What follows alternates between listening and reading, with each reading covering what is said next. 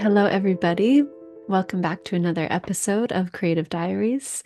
Thank you for being here with me today. My name is Lillian. I'm happy to be here with you, connecting across space and time. I am here located in the Hudson Valley, New York. This is where I'm living these days, although my living arrangements are very much still to be determined. If you've been following along, you know that I've moved back home.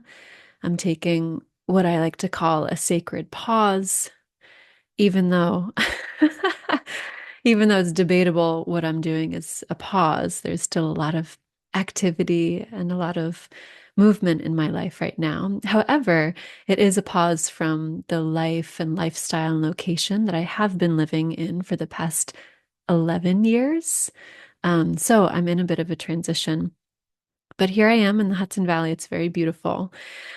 Today is, it's got some patchy clouds. Let me pretend I'm a weather reporter.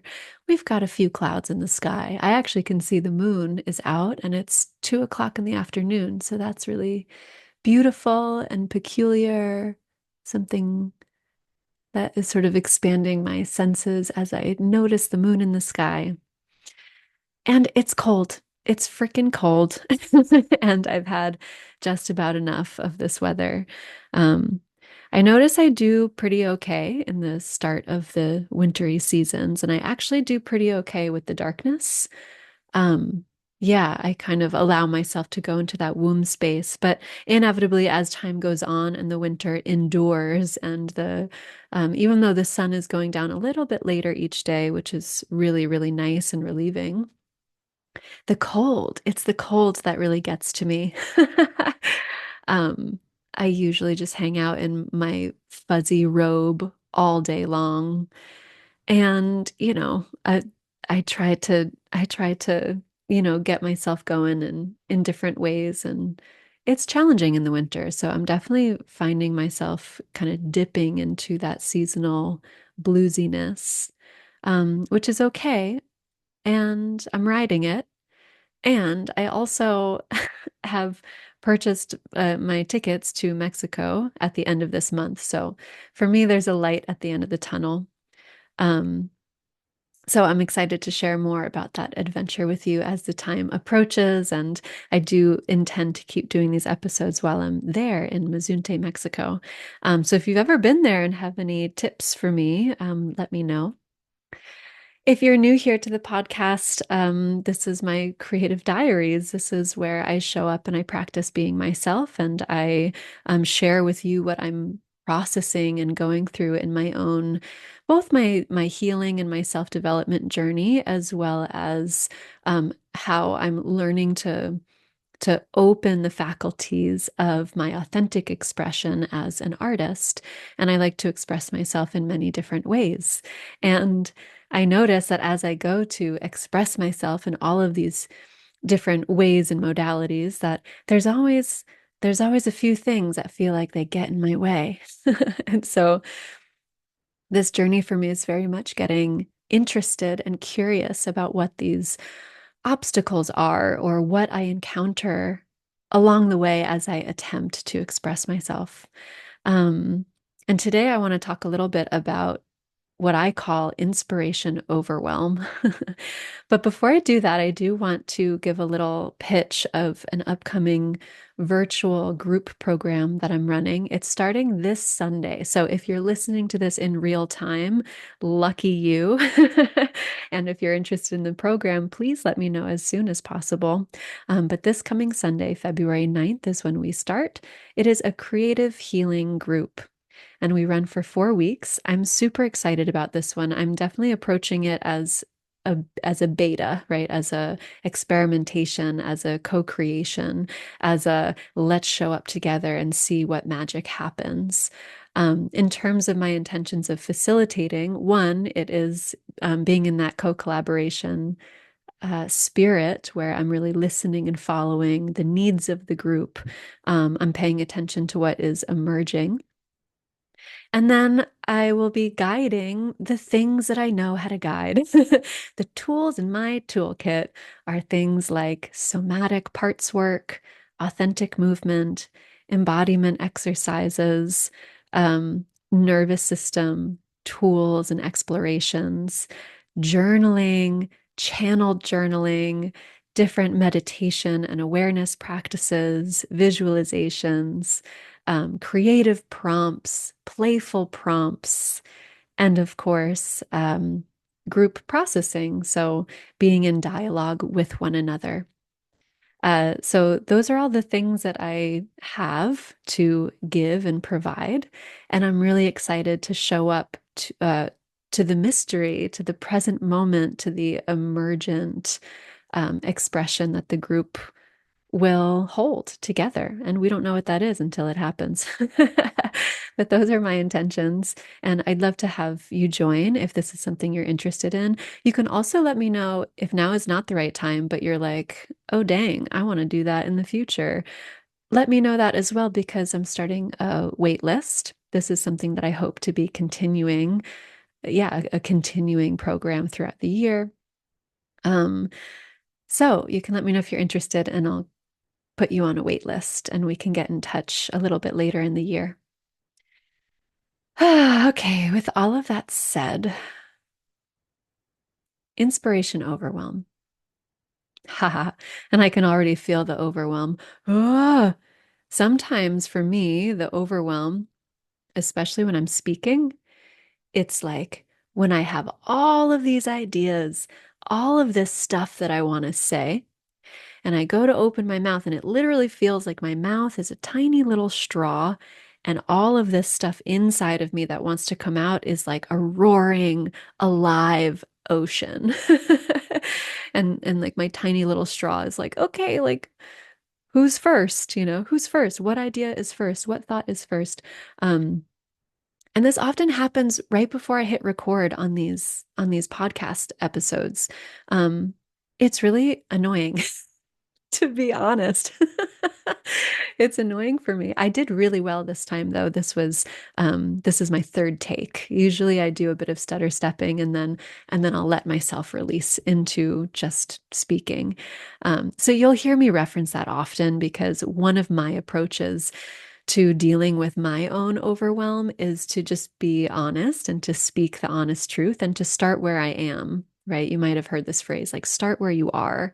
Um, and so, yeah, that's how I enter into it, just naming what's happening for me. So you'll often hear me talk about this because it happens all the time.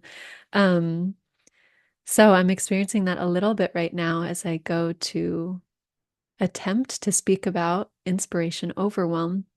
And maybe first we'll start with a definition that one of my teachers shared with me that I really like for overwhelm, which is when something is happening too much too fast.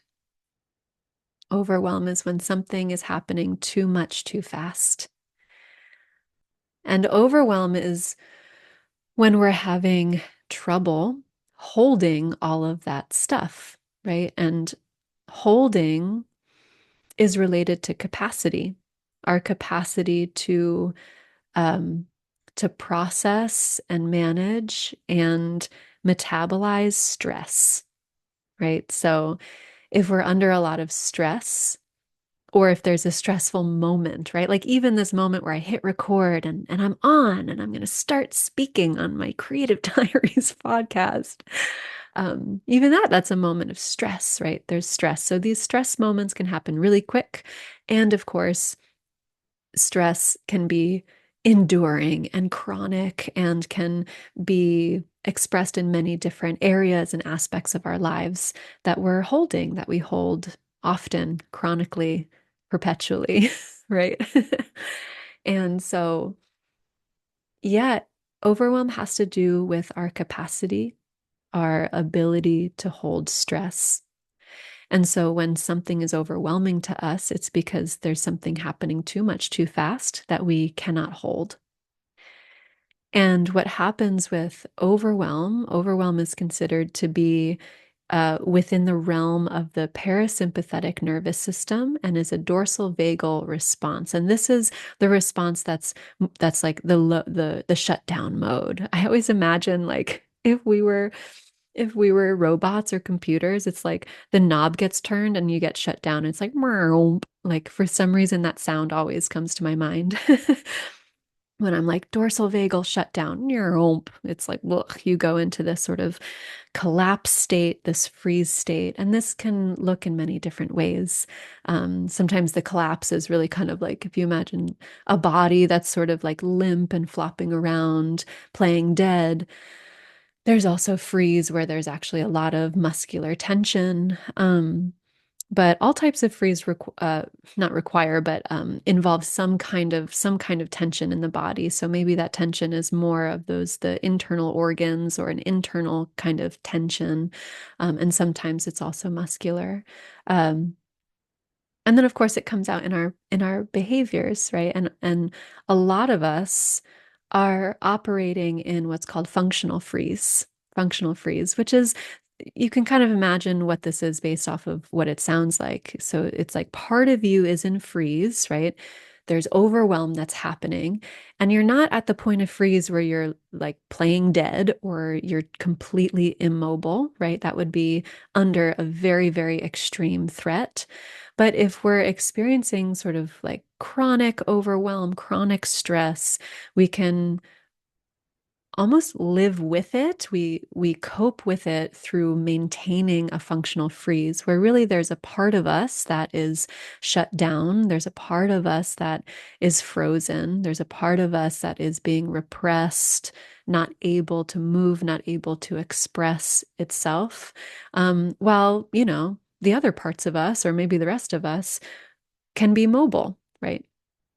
So you might be able to move your body, you might be able to move forward with certain tasks, but regardless, there is some kind of feeling, this feeling, and often we might label this feeling of as overwhelm, right? I'm overwhelmed, right? When I look at my email inbox, I go into a freeze state. When I see that I have 10 text messages that I haven't replied to, and the more I don't reply, right, when I procrastinate, then and I avoid, and the more I don't reply, the more messages kind of pop in, the more I go into this overwhelmed freeze state. So these are my examples of kind of low level things that make me feel overwhelmed and where I go into a freeze state. And it can come out in different behaviors. So a few of the behaviors that I just named right now is procrastination, avoidance, fatigue. Like, I don't know if you ever experience this, but sometimes, quote unquote, out of nowhere, I'll just get so tired. I'll get so tired. And, that can be due to other things. Everyone needs a siesta every now and again in the middle of the day, or we're digesting our food, right? So there's many reasons why we might get a bout of fatigue or a bout of sleepiness. But I do think it's interesting when I notice for myself, um, what happens when I feel overwhelmed. And then sometimes I'm just like, I just want to take a nap. I need to draw down the blinds and like shut off my phone and forget about everything. Um, and yeah, go into a little cocoon, right? Which actually, as I'm speaking this particular example out loud, um, that is also like taking a rest and a pause when we're overwhelmed is actually what our bodies are signaling us